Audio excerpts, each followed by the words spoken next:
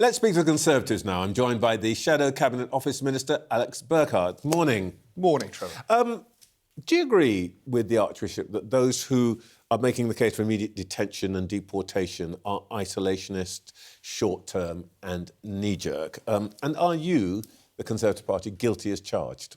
Look, I think it's very clear to everyone watching at home, watching your show, Trevor, that far too many people are coming to this country illegally, that there needs to be full, adequate deterrence to prevent that from happening, and that under this government, we don't have that. And that's why the Conservatives have been very clear under Kemi that, if we get back into power, we will make sure that anyone who crosses the channel illegally, tries to get into our country illegally, is deported. You didn't do that before, did you?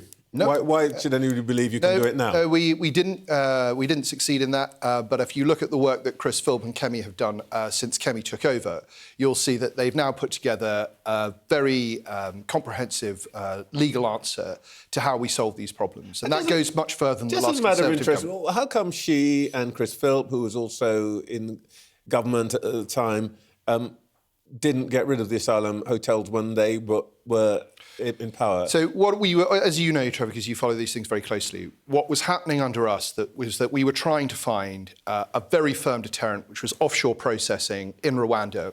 By the time at the end of our term in office, we had gotten to that point, but Labour coming in immediately scrapped it. No, and now they're seeing the consequence. You're doing the same thing that they do. You've leapt to blaming them for something that you could have done when you were in the reason office. The reason I'm blaming them, Trevor, is because we now have much higher crossings than we have ever had before. And that is because the people who are running the smuggling gangs have seen that this government is a soft touch.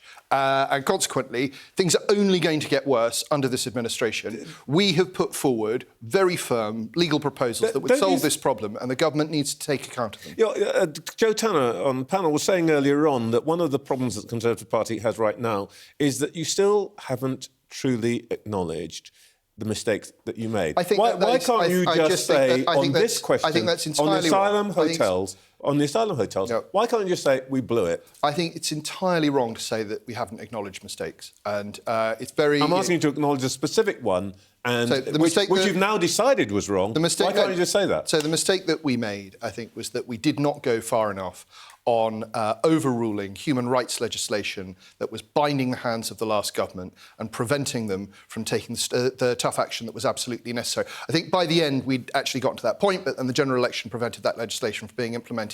The Labour Party came in, they scrapped it. We have now put forward very clear legislation that would solve this problem. And it's clear that this government isn't going to do it. This problem is going to get worse. They are going to need more hotel spaces, not fewer.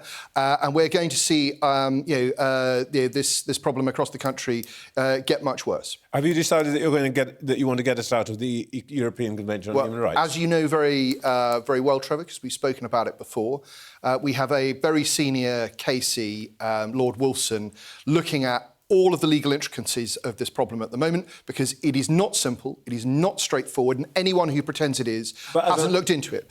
And when we get that report, you will be one of the first people to hear exactly what our proposals are. But to be clear, the purpose of this exercise is to make sure that there will be no legal obstacle to us solving the problem of illegal migration in the Channel. There will be no legal obstacle.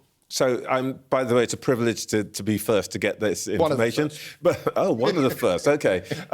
You say that to all the girls. But look, the point I really want to ask is, as a matter of principle, if it is possible for you to withdraw the UK from the ECHR, is it your view that we should do that? If that's what's necessary, we will do it. Your leader's written to councils, Tory-led councils, to keep going, to oppose the presence of asylum hotels in the court.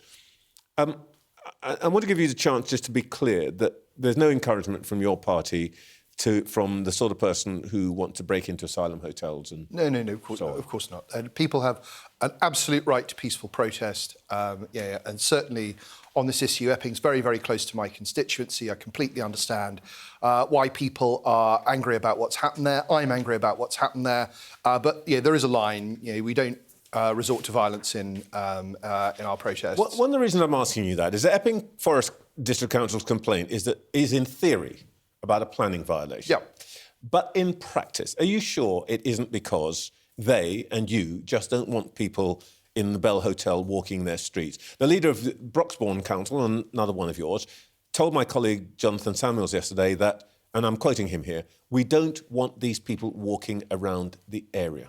So, as you know, Trevor, there's a very serious allegation made against one of the people who was in the Bell Hotel. Following that, the council wrote to the Home Secretary and said, please will you shut this down? There are allegations against three men. Does that justify smearing the other 135? So the Bell Hotel is on the High Street in Epping. It is right in the centre of the community. There are people in the area feel worried and unsafe, and the council asked the Home Secretary to close it down. She declined, and they therefore looked for legal routes in order to be able to close that hotel. And they will continue. I hope they will continue that legal battle, because I believe very strongly that Yvette Cooper and the Labour government is putting their obligations to asylum seekers above their obligations to local people, and I don't think that that is acceptable. So your problem's not really about planning. Your problem is these men, you think, are dangerous. The problem is that there are people in Epping who don't feel safe and should be able to feel safe in their own community, and a legal window is opened up for the council to be able to force the Home Secretary's hand. She has chosen to side with the asylum process and not with the people of Epping. All right, just very briefly, last point. Church of England used to be known as a Tory party at prayer. The Archbishop of York says that it's shaming to keep the two-child cap on benefits, and your policy is to keep it. Do you feel ashamed? No, absolutely not. I think that people who are on benefits should have to face the same choices as people who are in work. I don't think that an incredibly expensive extension to the welfare system is what the British people want or can afford at this moment in time. But even outside of that, I think in principle, we shouldn't just be endlessly extending welfare. Alex Burghart, thank you for your time this morning. Cheers, Trevor. Thanks.